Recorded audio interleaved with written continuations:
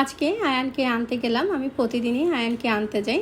আয়ান বাসায় ফিরতে ফিরতে গাড়িতে বলছিল যে তুমি কি আমাকে একটু ফ্রাইড রাইস বানিয়ে দিতে পারবে। তো আমি বললাম হ্যাঁ পারবো। আজকে প্রতিদিন কি ফ্রাইড রাইস খাওয়া উচিত? তো ও বললো না, আমার না ফ্রাইড রাইস খুব ভালো লাগে। তাই 3টা নাগাদ বাসায় এসে আমি কিচেনে চলে আসলাম ফ্রাইড রাইস তৈরি করতে। আমি এই ফ্রাইড রাইস করতে করতে আমার সেই পুরনো দিনের কথা মনে পড়ে গেল। আমরা যখন ছোটোবেলায় ছিলাম আমরা না প্রায় এরকম ভাত ভাজা খেতাম।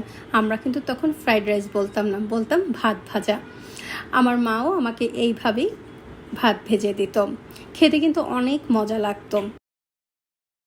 আর আমি এই ফ্রাইড রাইসের মধ্যে সসেস, ডিম দিয়েছি, গোলমরিচের গুঁড়ো, চিলি ফ্লেক্স, একটু টমেটো সস আর সয়া সসটা ব্যবহার করিনি, কিন্তু ওর পরিবর্তে আমি দিয়েছি হচ্ছে স্বাদে ম্যাজিক মশলা আর একটু চিকেন পাউডার। চিকেন পাউডারটা দিলে কিন্তু টেস্টিং সল্টের একটা সুন্দর স্বাদটা আসে। এই ফ্রাইড রাইসের মধ্যে কিন্তু অনেক সবজি দেওয়া যায়, যেমন বিনস, ক্যাপসিকাম, তারপরে গাজর, কিন্তু আমার বাসায় এগুলো ছিল না বলে আমি একটু স্কিপ করেছি। আর আমি ওদেরকে সালাদ দিয়ে পরিবেশন করলাম। ওরা তো এই ফ্রাইড রাইস খেয়ে মহা খুশি, আর আমার ছোট ছেলে তো খুবই খুশি। আজকে এই পর্যন্ত। সবাই ভালো থেকো, সুস্থ থেকো।